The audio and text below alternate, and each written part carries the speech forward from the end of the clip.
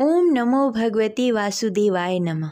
आज बृहस्पतिवार के दिन सुने बृहस्पतिवार व्रत कथा और आरती। भगवान विष्णु आप पर और आपके पूरे परिवार पर अपनी कृपा बनाए रखें। कथा शुरू करने से पहले कमेंट बॉक्स में लिखें लक्ष्मी नारायण की जय। पौराणिक कथा के अनुसार प्राचीन समय की बात है। भारतवर्ष में एक राजा राज्य करता था। वो बड़ा ही प्रतापी और दानी था। वह नित्य प्रति मंदिर में भगवत दर्शन करने के लिए जाता और ब्राह्मणों और गुरु की सेवा किया करता। उसके द्वार से कोई भी याचक निराश होकर नहीं लौटता।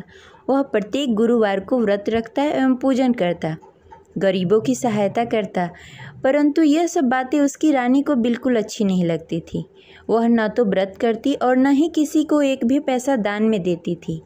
वह राजा से भी ऐसा करने को मना किया करती थी। एक समय की बात है, राजा शिकार खेलने के लिए वन को चले गए। घर पर रानी और दासी थी। उस समय गुरु बृहस्पति साधु का रूप धारण करके राजा के दरवाजे पर भिक्षा मांगने के लिए आए। साधु ने रानी से भिक्षा मांगी तो वह कहने लगी, हे साधु महाराज, मैं इस दान पुण्य से तंग आ गई हूँ।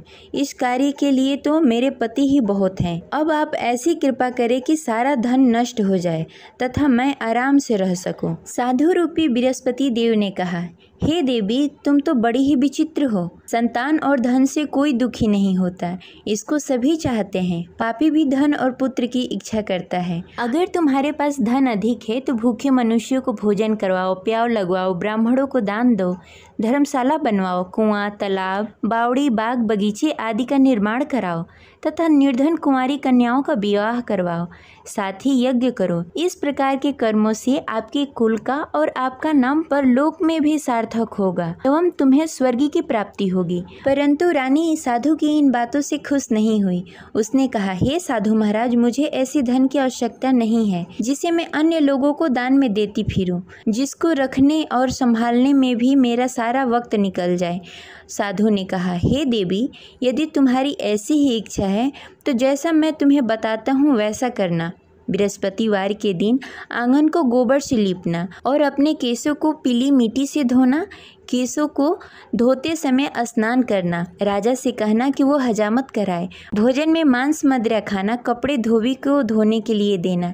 इस प्रकार 7 बृहस्पतिवार को करने से तुम्हारा सारा धन नष्ट हो जाएगा। यह कहकर साधु महाराज रूपी बृहस्पति देव अंतर्ध्यान हो गए। रानी ने साधु के कहने के अनुसार 7 बृहस्पतिवार तक वैसा ही करने का विचार किया। साधु के बताए हुए कार्य करते हुए केवल 3 ही बृहस्पतिवार बीते कि उसकी सारी संपत्ति नष्ट हो गई। भोजन के लिए भी 2 समय परिवार तरसने लगा तथा सांसारिक भोगों से दुखी रहने लगा।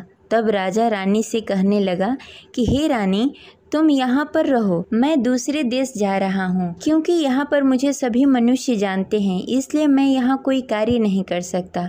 मैं अब परदेश जा रहा हूँ, वहाँ कोई काम धंधा करूँगा, शायद हमारे भाग्य बदल जाए।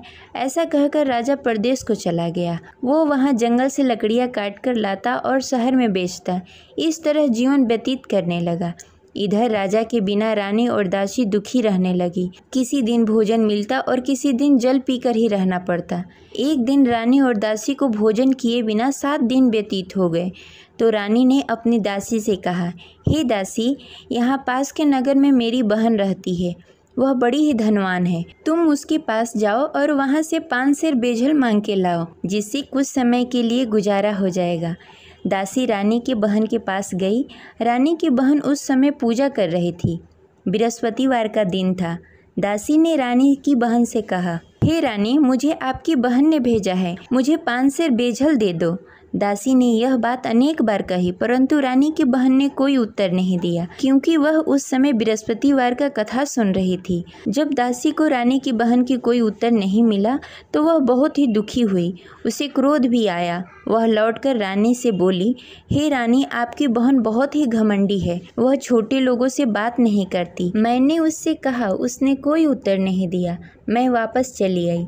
रानी बोली, हे दासी, उसमें उसकी कोई गलती नहीं है। जब बुरे दिन आते हैं तब कोई असहारा नहीं देता। अच्छे बुरे का पता विपत्ति में ही लगता है। जो ईश्वर की इच्छा होगी वही होगा। यह सब हमारे भाग्य का दोष है। उधर रानी की बहन ने सोचा कि मेरी बहन की दासी आई हुई थी, परंतु मैं उससे नहीं बोली, इससे वह बहुत दुखी हुई होगी। अतः कथा सुन बृहस्पति भगवान का पूजन समाप्त करके अपनी बहन के घर गई और कहने लगी, हे बहन, मैं बृहस्पतिवार का व्रत कर रही थी। तुम्हारी दासी हमारे घर आई थी, परंतु जब तक हम कथा सुनते हैं तब तक हम लोग न उठते हैं न किसी से बातें करते हैं, इसलिए मैं नहीं बोली। कहो दासी क्यों गई थी? रानी बोली, बहन, हमारे घर अनाज नहीं था। वैसे तुमसे कोई बात छिपी नहीं है, इस कारण मैंने दासी को तुम्हारे पास 5 सर बेझल के लिए भेजा था। रानी की बहन बोली, बहन देखो, बृहस्पति भगवान सबकी मनोकामनाएं पूर्ण करते हैं। देखो, शायद तुम्हारे घर में कहीं अनाज रखा हो। यह सुनकर दासी घर के अंदर गई। वहाँ से उसे एक घड़ा बेझल का भरा हुआ मिल गया। उसे बड़ी हैरानी हुई क्योंकि उसके एक एक बर्तन देख लिया था। उसने बाहर आकर रानी को बताया। दासी अपने रानी से कहने लगी, हे रानी, देखो, वैसे हमको जब अन्न नहीं मिलता तो हम रोज ही व्रत करते। अगर इनसे इस व्रत की विधि और कथा पूछ ली जाए तो हम भी इस व्रत को किया करेंगे। दासी के कहने पर रानी ने अपनी बहन से बृहस्पतिवार के व्रत के बारे में पूछा। उसकी बहन ने बताया, हे रानी बहन, बृहस्पतिवार को सूर्योदय से पूर्व उठकर स्नान आदि से निवृत्त होकर बृहस्पतिवार का व्रत करना चाहिए, लेकिन उस दिन सिर नहीं धोना चाहिए। बृहस्पतिवार के व्रत में चने की दाल और मुनक्के से विष्णु भगवान और केले के वृक्ष की जड़ की पूजन करनी चाहिए तथा दीपक जलाएं। उस दिन एक ही समय भोजन करें। भोजन पीले खाद्य पदार्थ का करें तथा कथा सुनें। इस प्रकार करने से गुरु भगवान प्रसन्न होते हैं और अन्न पुत्र धन देते हैं। इस प्रकार व्रत और पूजन की विधि बताकर रानी की बहन अपने घर को लौट गई। रानी और दासी दोनों ने ही निश्चय किया कि वे बृहस्पति भगवान का पूजन जरूर करेंगी। 7 दिन बाद जब बृहस्पतिवार आया तो दोनों ने व्रत रखा। घुड़सार में जाकर चना और गुड़ बीन लाई तथा उसकी दाल से केले की जड़ में विष्णु भगवान का पूजन किया। अब भोजन कहाँ से आए? दोनों बड़ी ही दुखी हुई, परंतु उन्होंने व्रत किया था, इस कारण बृहस्पति देव भगवान प्रसन्न थे। वे एक साधारण व्यक्ति के रूप में 2 थालों में सुंदर पीला भोजन लेकर आए और दासी को देकर बोले, हे दासी, यह भोजन तुम्हारे और रानी के लिए है, तुम दोनों करना।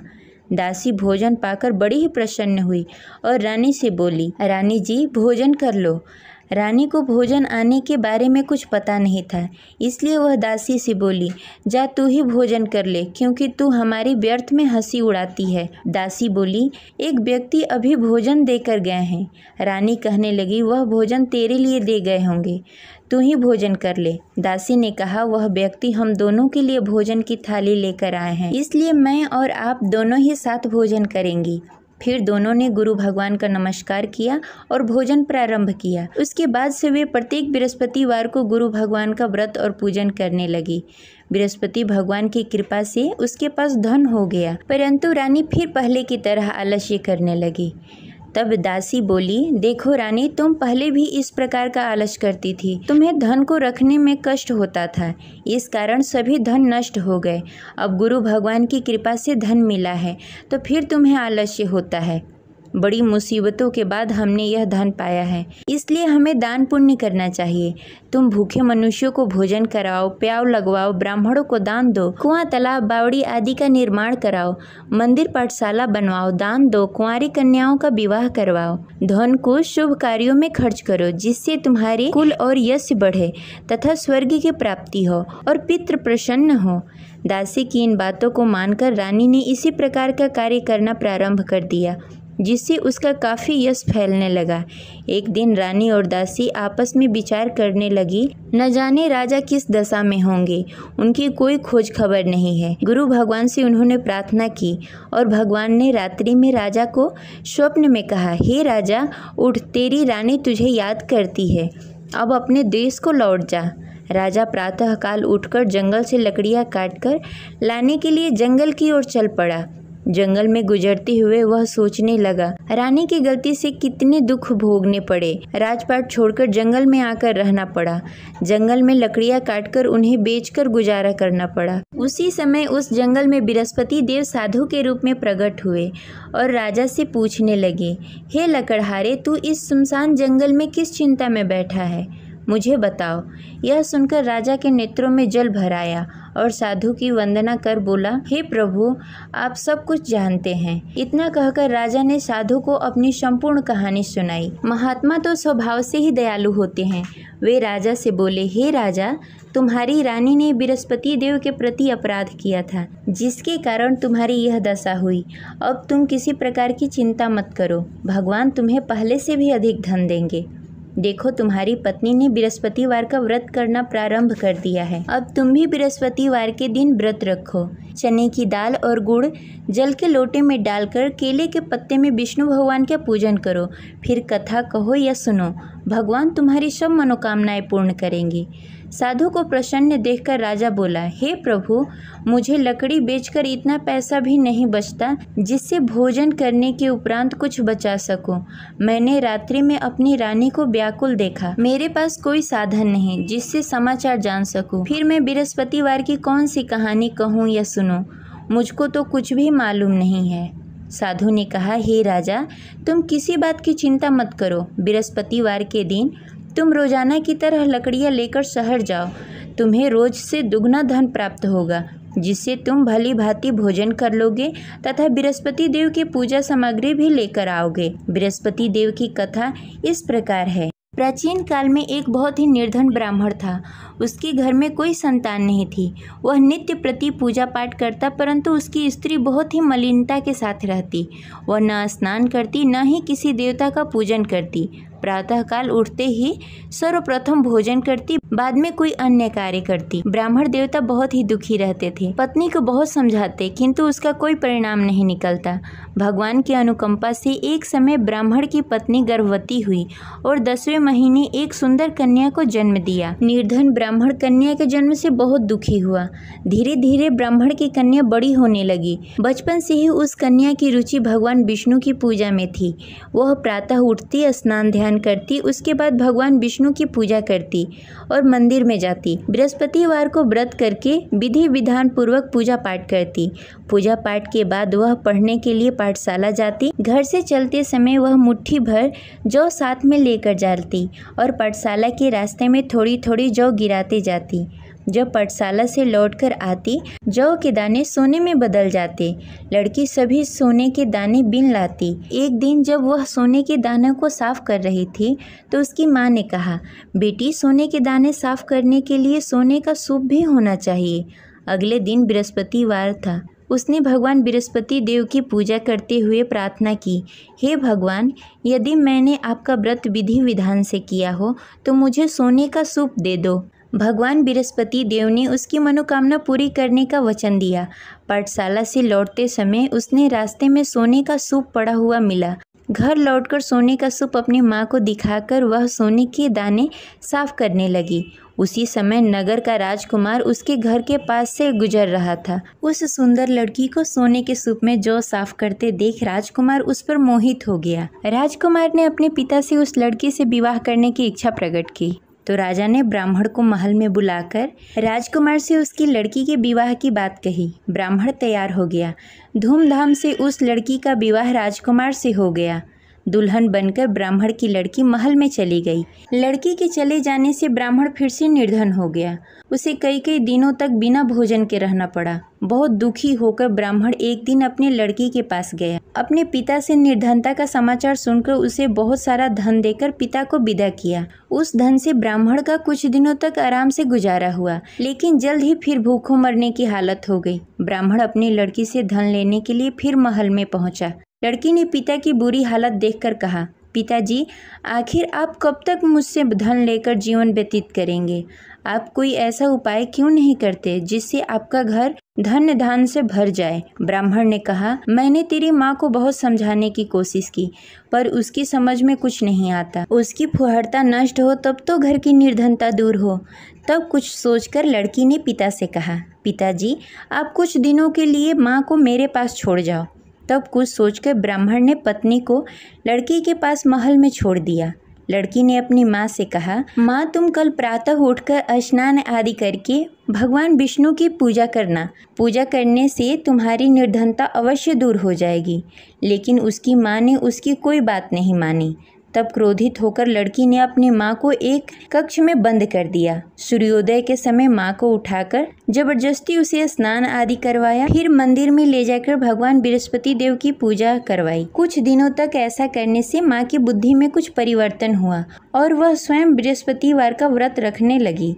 उसके व्रत करने से ब्राह्मण के घर की निर्धनता दूर हो गई और भगवान विष्णु की अनुकंपा हुई और दोनों पति पत्नी धन संपत्ति पाकर आनंद पूर्वक जीवन व्यतीत करते हुए विष्णु धाम को चले गए। लकड़हारा बने राजा ने उस साधु से भगवान विष्णु देव की यह कथा सुनकर बृहस्पतिवार का व्रत करना शुरू कर दिया और भगवान विष्णु की पूजा करने लगा। उस दिन से उसके सभी क्लेश दूर हो गए। लेकिन अगले बृहस्पतिवार को कामकाज में अधिक व्यस्त होने के कारण उसने भगवान बृहस्पति देव का व्रत नहीं किया। भगवान बृहस्पति देव लकड़हारे से क्रोधित हो गए और उसे भूल की सजा दी। उस दिन नगर के राजा ने नगर में घोषणा करके सबको सूचित किया कि प्रत्येक नागरिक मेरे महल में भोजन करने आए। जो नहीं आएगा उसे अपराधी मानकर भारी दंड दिया जाएगा। लकड़हारा बने राजा ने उस नगर के राजा की घोषणा तो सुनी, लेकिन जंगल से लकड़ी काटकर लाने और उसे बेचने में देरी हो जाने के कारण वह समय पर महल में भोजन करने नहीं पहुंच सका। अतः राजा के सैनिक लकड़हारे को पकड़कर महल में ले गए। राजा ने उसे महल के एक कक्ष में बैठाकर भोजन कराया। उस कक्ष में एक खुट्टी पर रानी का सोने का हार लटका हुआ था। लकड़हारा अकेला उस कक्ष में भोजन कर रहा था।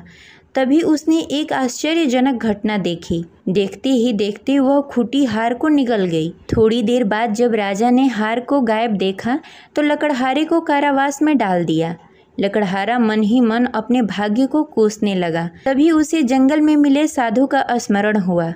थोड़ी देर में भगवान बृहस्पति देव सन्यासी के रूप में उसके सामने प्रकट हुए और कहा, हे लकड़हारे, तूने भगवान बृहस्पति देव की पूजा नहीं की, इसी कारण तुम्हें कष्ट हो रहा है। लेकिन अब चिंता मत करो, बृहस्पतिवार के दिन कारागार के दरवाजे पर तुम्हें कुछ पैसे पड़े हुए मिलेंगे। उन पैसों से भगवान बृहस्पति देव का व्रत करके उनकी पूजा करोगे तो तुम्हारे सारे दुख दूर हो जाएंगे। फिर बृहस्पतिवार के दिन दरवाजे पर पड़े पैसे राजा को मिले, जिससे उसने चने की दाल, गुड़, मुनक्का मंगाकर भगवान बृहस्पति देव की कथा कही और व्रत किया, जिससे भगवान बृहस्पति देव प्रसन्न होकर उस नगर के राजा को स्वप्न में लकड़हारे को मुक्त करने को कहा। सुबह राजा ने आकर अपने कक्ष में देखा कि खूंटी पर हार टंगा हुआ है। राजा ने लकड़हारे को मुक्त कर दिया, उसे धन और आभूषण देकर विदा किया। लकड़हारा बना राजा उस नगर से चलकर अपने नगर की तरफ चल दिया। जब राजा अपने नगर में पहुंचा तो उसने देखा उस नगर में कुएं, धर्मशाला, बाग बगीचे देखकर बहुत प्रसन्न हुआ। राजा ने किसी से पूछा कि ये सभी चीजें किसने बनवाई है। उस व्यक्ति ने कहा कि ये सभी चीजें रानी और दासी ने बनवाया है। फिर राजा महल की तरफ चले गए। रानी ने राजा को देखा तो भव्य स्वागत किया। फिर राजा और रानी साथ साथ रहने लगे। फिर कुछ दिनों के बाद बृहस्पति देव की कृपा से राजा और रानी को पुत्र प्राप्त हुआ और राजा और रानी इसी प्रकार भगवान बृहस्पति देव का पूजा अर्चना करते रहे और सुखी जीवन व्यतीत करते रहे। बृहस्पति देव सभी की मनोकामनाएं पूर्ण करते हैं। जो भी व्यक्ति बृहस्पतिवार के दिन पूरी श्रद्धा और भक्ति के साथ बृहस्पति देव की पूजा अर्चना करता है तथा व्रत का पालन करता है और कथा पढ़ता है या सुनता है या किसी और को सुनाता है, उनकी सभी मनोकामनाएं बृहस्पति देव पूर्ण करते हैं। जिस प्रकार बृहस्पति देव ने राजा और रानी की मनोकामनाएं पूर्ण की, उसी प्रकार बृहस्पति देव सभी की मनोकामनाएं पूर्ण करते हैं। जय बृहस्पति देव। अब सुनेंगे बृहस्पति देव की आरती। ओम जय बृहस्पति देवा, ओम जय बृहस्पति देवा, छिन छिन भोग लगाऊं कदली फल मेवा। ओम जय बृहस्पति देवा, तुम पूर्ण परमात्मा, तुम अंतर्यामी, जगत पिता जगदीश्वर, तुम सबके स्वामी। ओम जय बृहस्पति देवा, चरणामृत निज निर्मल, सब पातक हरता। सकल मनोरथ दायक कृपा करो भरता। ओम जय बृहस्पति देवा। तन मन धन अर्पण कर जो जन शरण पड़े। प्रभु प्रगट तब हो कर आकर द्वार खड़े। ओम जय बृहस्पति देवा। दीन दयाल दयानिधि भक्तन हितकारी। पाप दोष सब हरता भव बंधन हारी। ओम जय बृहस्पति देवा। सकल मनोरथ दायक सब संशय हारी। विषय विकार मिटाओ संतन सुखकारी। ओम जय बृहस्पति देवा। जो कोई आरती तेरी प्रेम सहित गावे।